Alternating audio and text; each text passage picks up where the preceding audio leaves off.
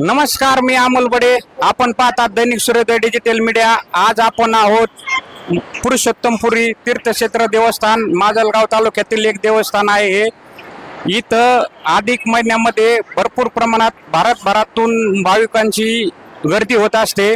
देशातील एकमेव मंदिर आहे.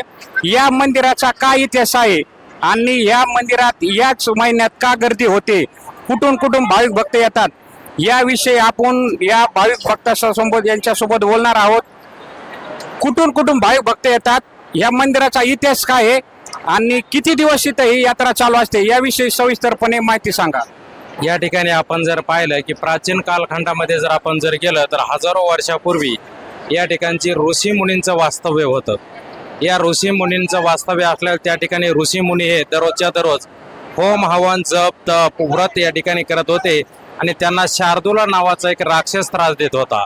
तर शार्दूल नावाच्या राक्षसाला फार वैतागून हे ऋषी मुनी या ठिकाणी गेलेले होते. त्यांनी भगवान विष्णूची आराधना केली आणि भगवान विष्णूला त्या ठिकाणी प्रसन्न करून घेतलं.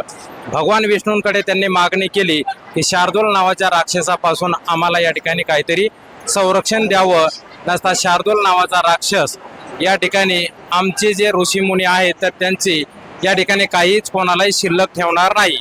मग त्यावेळेस भगवान विष्णूने भगवान पुरुषोत्तमाचा अवतार घेतला आणि भगवान पुरुषोत्तमाचा अवतार घेऊन आपल्या सुदर्शन चक्राच्या साह्याने शार्दूल नावाच्या राक्षसाचा वध केला आणि ते शस्त्र या ठिकाणच्या मध्ये इसवी सन 1212 मध्ये या ठिकाणचे आपल्या मराठवाडा प्रांताचे जे राजे होते, राजा रामदेवराय यांच्या काळामध्ये या पुरुषोत्तम भगवंताच्या मंदिराचा जीर्णोद्धार केला त्यांनी.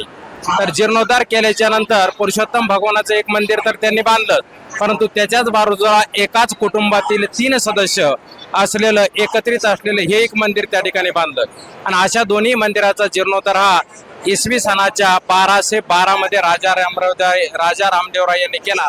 परंतु त्या ठिकाणी त्यांनी ही मंदिरं पूर्णपणे हेमाडपंथी पद्धतीने बांधकाम केलं गेलं. त्यावेळेस हेमाडपंथी बांधकाम जे आहे तर ते दगड आणि त्याचबरोबर पाण्याने तरंगणाऱ्या विटांचं हे मंदिर त्यांनी त्यावेळेस बांधलं आणि त्याच्यानंतर आता 700 ते 800 वर्ष झाले तेही मंदिर या ठिकाणी पूर्णपणे जीर्ण होऊन गेलं. आणि जीर्ण झाल्याच्या नंतर आता या ठिकाणी आपल्या बीड जिल्ह्याचे माजी कलेक्टर जे होते सुनीलजी केंद्रेकर साहेब, हे बीड जिल्ह्यामध्ये 2015-16 या ठिकाणी आले आणि त्यांना आम्ही महापूजेला या ठिकाणी बोलवल्याच्या नंतर त्यांनी या ठिकाणच्या मंदिराची दूरदर्शा पाहिली. मंदिर पूर्णपणे पडझड झालेली होती, बरीचशी किंवा मोडकळीस आलेलं होतं. ही अवस्था पाहून त्यांनी सांगितलं की माझ्या माध्यमातून या ठिकाणी काही करता आलं तर मी करण्याचा प्रयत्न करेन.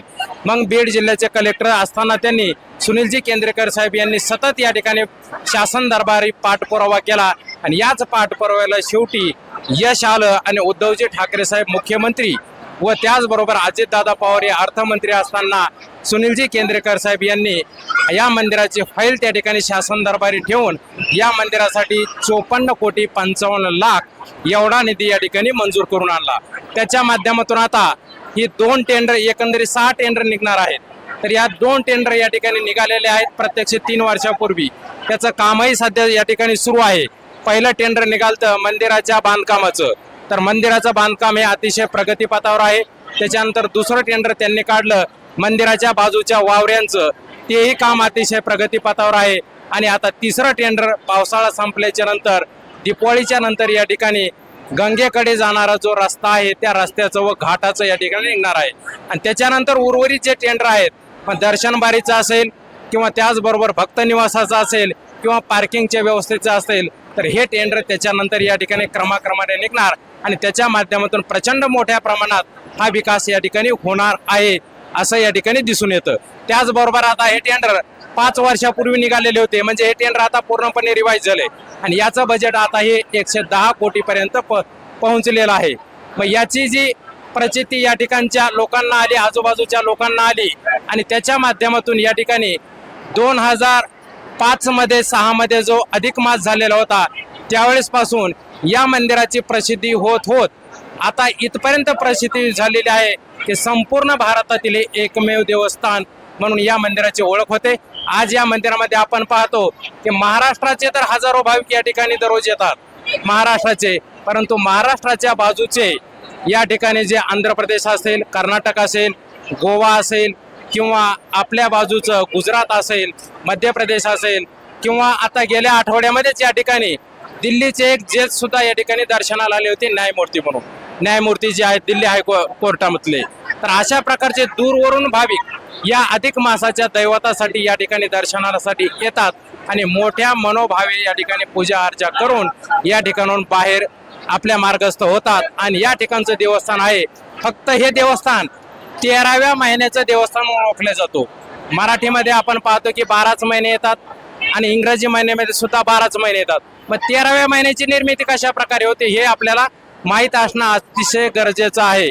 याच्यामध्ये काय पौराणिक कारण नाही, धार्मिक कारण नाहीये 13वा महिना निर्माण होण्याचं. याच्यामध्ये शास्त्रीय कारण किंवा वैज्ञानिक कारण अशा प्रकारचं आहे की 13व्या महिन्याची निर्मिती कशा प्रकारे होते. आपलं हिंदू धर्माचं जे पंचांग आहे तर हे पंचांग सौर पंचांग आणि चांद्र पंचांग याच्यानुसार हे चालतं किंवा तयार केलं जाते.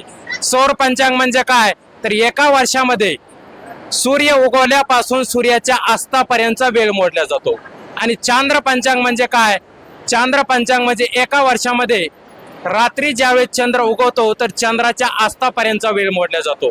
तर याच्यामध्ये सौर पंचांग हे बरोबर 365 दिवसाचं भरतं, तर चांद्र पंचांग हे बरोबर 356 दिवसाचं भरतं. आणि याच्याच माध्यमातून प्रत्येक वर्षीचे 11 दिवस या ठिकाणी शिल्लक राहतात. 11, 11 आणि 11 असा 33 महिन्याचा मिळून एक महिना तयार होतो आणि त्यालाच अधिक मास, पुरुषोत्तम मास म्हणून या ठिकाणी ओळखण्यात येते. आणि त्याचंच आराध्य देवते पुरुषोत्तम भगवान आहेत. त्याच्यामुळे गेल्या 17 मेला या ठिकाणी अधिक मासाला प्रारंभ झाला. आणि प्रारंभ हा प्रत्येक वेळेस माजलगावचे जे कोणी आमदार असतील किंवा बीड जिल्ह्याचे जे कोणी कलेक्टर असतील त्यांच्या हस्ते महापूजा या ठिकाणी संपन्न होऊन अधिक मासाला प्रारंभ होतो. आणि 17 मेला अशाच प्रकारची या ठिकाणी शासकीय महापूजा झाली. त्याच्यामध्ये बीड जिल्ह्याचे कलेक्टर विवेकजी जॉन्सन साहेब, माजलगावचे आमदार प्रकाशदादा सोळंके, माजलगावचे तहसीलदार संतोष रुईकर साहेब आणि त्याचबरोबर माजलगावचे SDM गौरवजी इंगोले साहेब हे या ठिकाणी आले आणि त्यांनी महापूजा करून अधिक मासाला प्रारंभ केला. आणि त्याच्यानंतर आज आपण पाहतो की आजचा जो दिवस आहे तर तो 29वा दिवस आहे. आणि 29व्या दिवशी सुद्धा भाविकांची या ठिकाणी प्रचंड अलोट अशी या ठिकाणी भगवंताचं दर्शन करण्यासाठी रीघ लावलेली आहे, गर्दी केलेली आहे. हे मंदिराचं वैशिष्ट्य अशा प्रकारचं आहे, हे मंदिर या ठिकाणी या महिन्यामध्ये रात्रंदिवस 24 तास उघडच असतं. इतर वेळेसही मंदिर उघडच असतं, परंतु या महिन्यामध्ये हे मंदिर 1 मिनिटही बंद होत नाही. पूजेच्या वेळेस बंद होत नाही, आरतीच्या वेळेस मंदिर बंद होत नाही, नैवेद्याच्या वेळेस मंदिर बंद होत नाही किंवा या ठिकाणची स्वच्छता करायची असेल त्याही वेळेस हे मंदिर बंद होत नाही. त्याच्यामुळे भाविक रात्री बेरात्री, रात्री 11ला, 12ला, 1ला, 2ला, 3ला जरी आलेत तर त्यांचं व्यवस्थितपणे या ठिकाणी दर्शन होतं. आणि दर्शन घेऊन या ठिकाणी मोठ्या आनंदाने भाविक आपण आपल्या गावी या ठिकाणी परततात.